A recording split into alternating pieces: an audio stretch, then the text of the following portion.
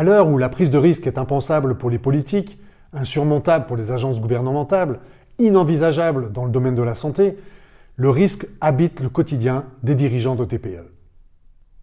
Évidemment, je ne parle pas des risques majeurs, catastrophes naturelles ou autres accidents industriels, sans parler des risques sanitaires. D'autre part, les principaux risques professionnels ont été identifiés par l'INRS et doivent être évalués et quantifiés dans votre document unique. Et beaucoup de dirigeants de TPE oublient ce document obligatoire dans les entreprises. Non, je veux parler des risques auxquels sont confrontés les chefs d'entreprise au quotidien, en raison principalement des normes, contraintes légales ou lois encadrant les pratiques commerciales et économiques. En effet, en raison de la petite taille de nos entreprises, il n'est pas toujours facile de se conformer à telle ou telle disposition légale parce que les ressources humaines ou financières de l'entreprise ne permettent pas de les mettre en place. Un exemple qui touche toutes les TPE vient de la comptabilité. Toutes les entreprises ont une obligation légale d'avoir et de tenir une comptabilité, et c'est bien normal. Et depuis le 1er janvier 2018, il est interdit d'utiliser des logiciels non conformes à la loi antifraude à la TVA. Fini les bons vieux fichiers Excel, faciles à utiliser et à modifier, notamment dans les TPE. Cette loi implique d'installer et d'utiliser des logiciels payants. Certains sont gratuits, mais peu paramétrables, pour prouver de la bonne foi des factures émises par nos entreprises. Et ceci a un coût non négligeable qui vient s'ajouter à la somme des frais fixes nécessaires pour faire fonctionner une entreprise.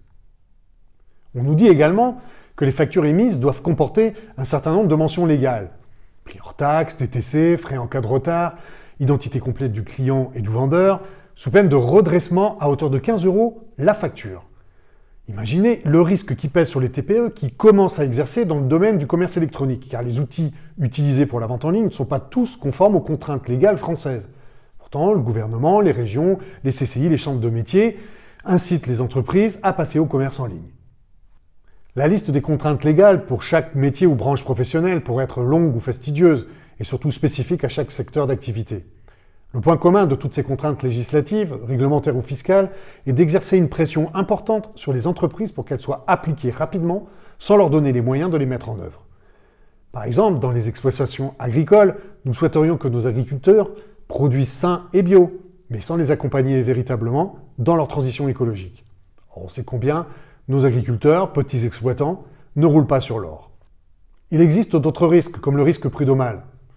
Même si un barème est en place, et sauf si le licenciement est abusif, ou jugé comme tel, les indemnités de licenciement peuvent mettre gravement en danger une TPE. J'en connais un certain nombre qui ont été obligés d'emprunter pour pouvoir faire face à des montants d'indemnités trop élevés pour leur trésorerie. Soyons clairs, en aucun cas je ne juge du bien fondé des demandes des salariés concernés ou de la défense des employeurs.